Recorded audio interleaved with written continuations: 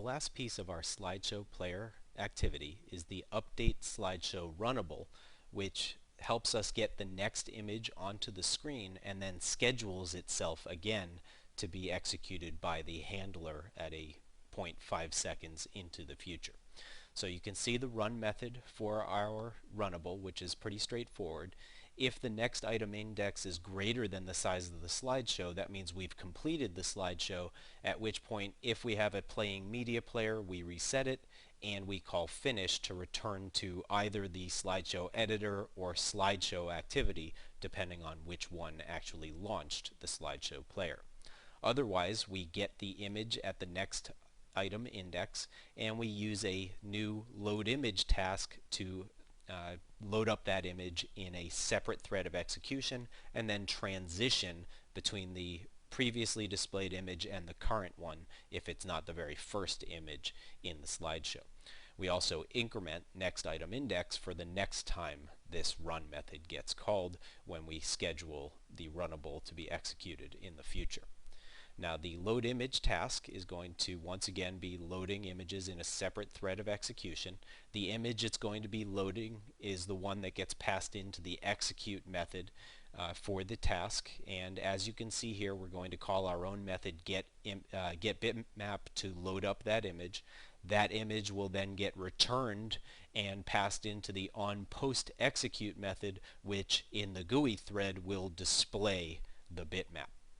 In onPostExecute, we have quite a bit of code this time, and the first thing we're going to do is create a bitmap drawable using the bitmap that was received by onPostExecute. We set its gravity to center so that it'll be centered within the view.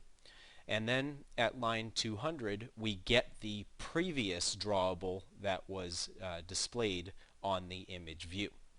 If that previous drawable was a transition drawable, which is a drawable that transitions between two images, we get from that transition drawable the image at position number 1. So there's basically two images in the transition drawable. The one at position 0 was the original image. The one at position 1 is the one that we transitioned over to.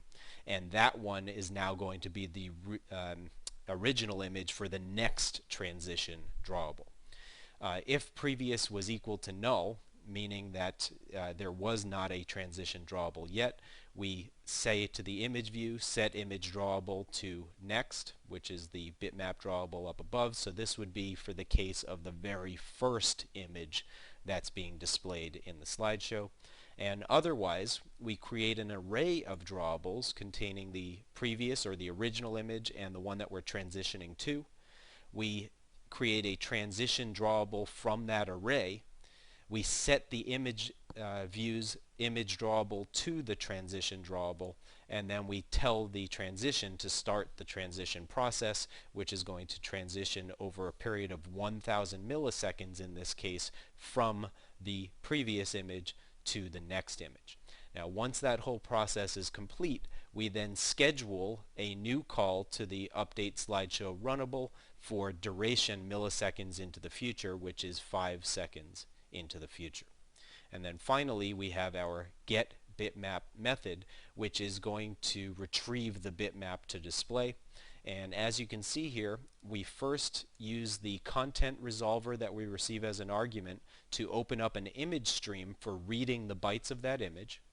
At line 232, we use the bitmap factory class's decode stream method, and this method is going to receive 3 arguments. The first is the input stream from which the bytes will be read.